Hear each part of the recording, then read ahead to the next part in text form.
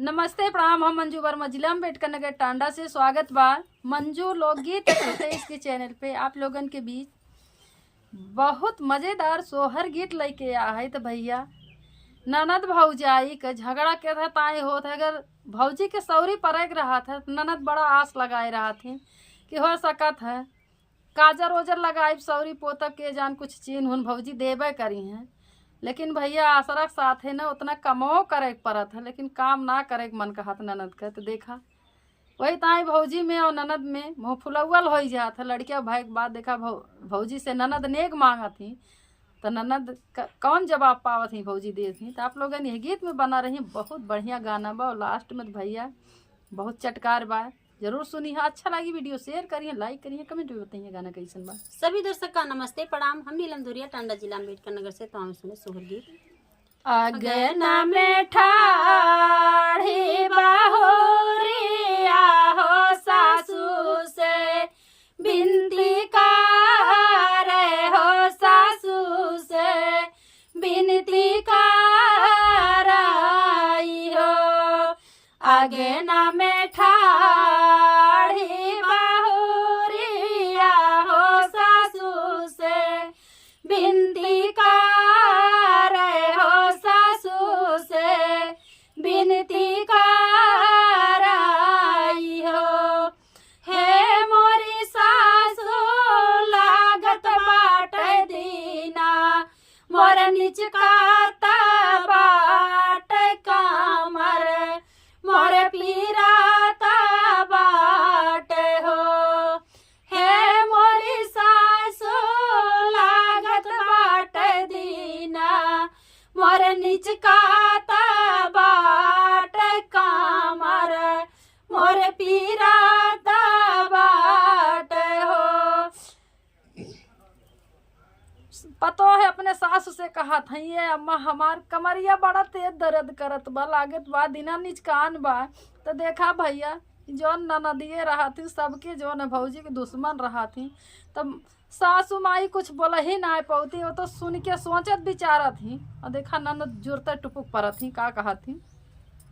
सासू तो बोला हो ना पावे हो ननदा उठी टूपा के हो ननदा उठी टूपा काई हो। सासू तो बोला हो ना पावे हो ननदा उठी बोले हो ननदा उठी बोलाई हो। हे मोरी भौजिया बही तो बाटे दिन 10-5 हो तो न खड़ा जिन देखावा हो तू न खड़ा जिन पसारा हो। हे मोरी भौजिया बही तो बाटे दिन 10-5 हो तू न खड़ा जिन देखावा हो तू न खड़ा जिन पसारा हो।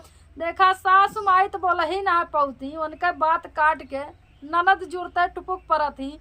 उन्हें आगे ज्यादा देर होत रहा है तो बोला थी ये भौजी अब वही तोहरे 10-5 दिन में लड़किया हुई नखड़ा न देखाओ अब ऐसे तू जंगर चोरई जौन करत हूँ चल के काम करा। तो देखा भौजाई का ये बात गुस्सा लग गए और चाहे जे भरही भैया वही कंकुश लग जाई। तो देखा ननद भौजी गुस्सा के मारा का करा थी। इतनी बचाना सोनी बाऊ हर होता आखी या से आसो आखी या से आसो चुए हो। इतनी बचाना सोनी बाऊ हर होता आखी या से आसो आखी या से आसो हो। हे मोरी सखिया कर लागी घर बारता नावा हो तमार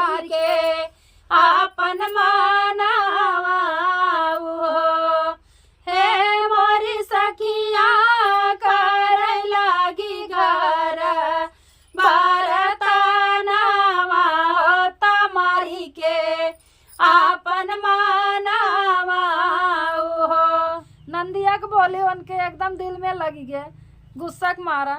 वह बेचारा गई खाना पीना बनवे लागी, बर्तन कुर्तन माजे धोए लागी, कहीं जाई कुत्ती अन्ना से आए हमें बोल परी बा तो करत है। तो देखा उनके लड़किया हो वाली समय रहा था तो देखा कैसे लड़किया होत है। एक घड़ी बीतल दूसरा घड़ी आओ, रोती सारा घड़ी आओ, रोती सारा घड़ी हो। एक घड़ी बीतल दूसरा घड़ी आओ, रोती सारा घड़ी आओ, रोती सारा घड़ी हो।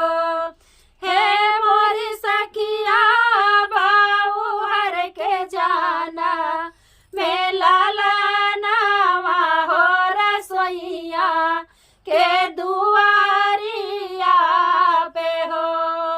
हे मोरी सखिया बाऊ हर के जाना, मैं हरी लावा हो रसोइया के दुआरिया पे हो। भैया पीरा बर्दाश्त ना होत रहा। एक घड़ी दो घड़ी बीता तो वही जहाँ रसोई में खाना बनवत रही वही दुआरिया मन के लड़किया होगी भैया अस्पताल हो जास बेचारो बच गए। लेकिन भगवान तो उनका देखते रहे, जितना नंदिया उनका जिद्दी करत रही है। तो देखा जब लड़किया होगी तो आगे के लाइन में का बा बहुत मजेदार बा। दौड़ के आवेली सासुइया हो तलाला, ना उठावे हो तलाला, ना उठावाई हो। दौड़ के आवेली सासुइया हो तलाला, ना उठावे हो तलाला, ना उठावाई हो। हे मोरी सखिया धीरे धीरे आवे लीना नदिया हो तसाई काशी खावाई हो। हे मोरी सखिया धीरे धीरे आवे मोर नाना दिया होता सासू काशी खावली हो। हे मोरी माई देखी ले हु बिटिया है कि बेटावा होता बाई गोदिया ले ही हो। हे मोरी माई देखी ले हु बेटी है कि बेटावा होता बाई गोदिया ले ही हो। देखा बेचारी के रसोई के दुआरे पे जब लड़किया होत है तो सासू जब लड़के के रोवाई सुना थी के उ रोवे लाग जुड़ते भय तो सास तो दौड़ी आवत ही उनके जीवनाए मान।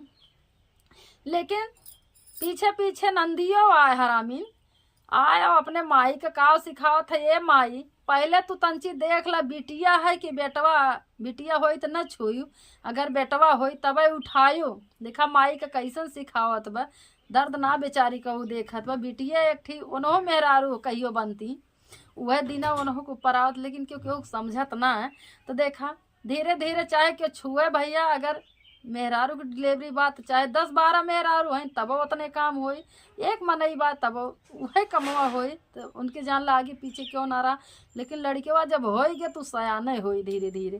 तो देखा का आगे लाइन में एक दिन बीतल दूसरा दिन आउरो रो छठ दिनवा हो रो छाव दिनवा हो। एक दिन बीतल दूसरा दिन आउरो छाव दिनवा हो रो छाव दिनवा हो। हे मोरी बहिनी होवे लागलालन कै बरहिया हो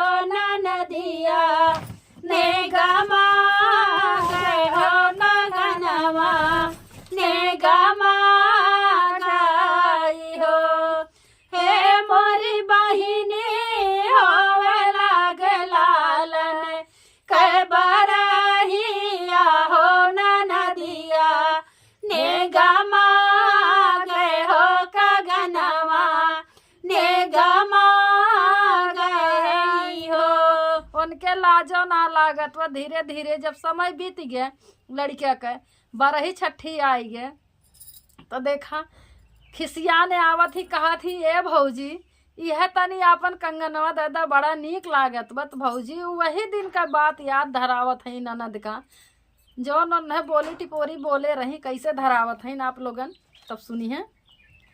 याद कर मोरी ननदियो है दीना जवने दीना बोले राहु जवने दीना बोले राहु हो। याद कर मोरी ननदियो है दीना जवने दीना बोले राहु जवने दीना बोले राहु हो। हे मोरी ननदी दीनावा गिनायु 10 5 होता नखड़ा हम पसारे रहे हो। हे मोरी ननदी दीनावा गिनायु 10 5 होता नखड़ा हम पसारे रहे हो। हे मोरी ननदी भूली जायु सोने कै का गाना हो पितरियो नाही दे बाइयो। हे मोरी ननदी भूली जायु सोने कै का गाना हो पितरियो नाही दे बाइयो। हे मोरी ननदी भूली जायु काड़ी काड़ी नोटिया हो अठानियो नाही दे बाई हो। हे मोरी ननदी भूली जायु काड़ी काड़ी नोटिया हो अठानियो नाही दे बाई हो। हाथ लुचलुचा बाहो अरे बहिन पेड़ मेड़ भाई बा का करी हमरे हिस्सा में है परवई की हिस्सा लेकिन बड़की नोटिया ती है ई नोटिया तो सारा बड़ी 10 बा। रुपया। का करी भैया चाहे लुचलू चाह हो और चाहे कड़ी कड़ी हो कीमतिया उतने जहाँ देबू उतना ही लागी। सही कहा था। हे मोरी ननदी भूली जायु काड़ी काड़ी नोटिया हो अठानियो नाही दे हो चवानियो नाही दे बाई हो। अरे वो जौन 10 5 पैसा मिला था ठीक रहिया नोटिया चिल्लरवा उहो ना तू पैबू जौन हमें बोले रहू वह याद करी रहू। धन्यवाद। धन्यवाद। हाँ।